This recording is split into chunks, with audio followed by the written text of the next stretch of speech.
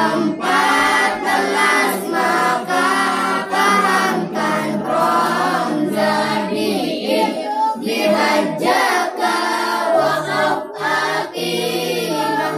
Yang kedua wajib didagomkan dalam 14 pula rumusnya di dalam Ibtum Masir Rahman Tafuzi Ghazali Anda Suhadani Syarif Fadil Karam Lam pertama dinamakan Komariah, lam kedua dinamakan Syamsiyah.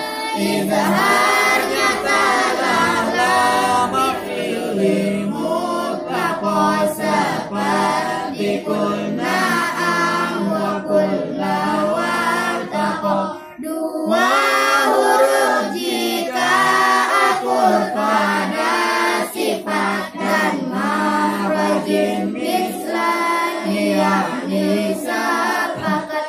Jika dua mafrad datang berhampiran nanti sifat bersalahan dinamakan mutaqaribain. Tapi jika bersamaan di makhrajin dan di sifat bersalahan dinamakan murjanisain. Jika mati awal huruf idgham syagir didapati. Jika dua hurufnya berbaris benarlah namanya idgham kabir yakni besar. Dan mad ada asli ada yang far'i. Yang pertama dinamakan tabi'i, tidak dihentikan atas sebab datang dengan tiadanya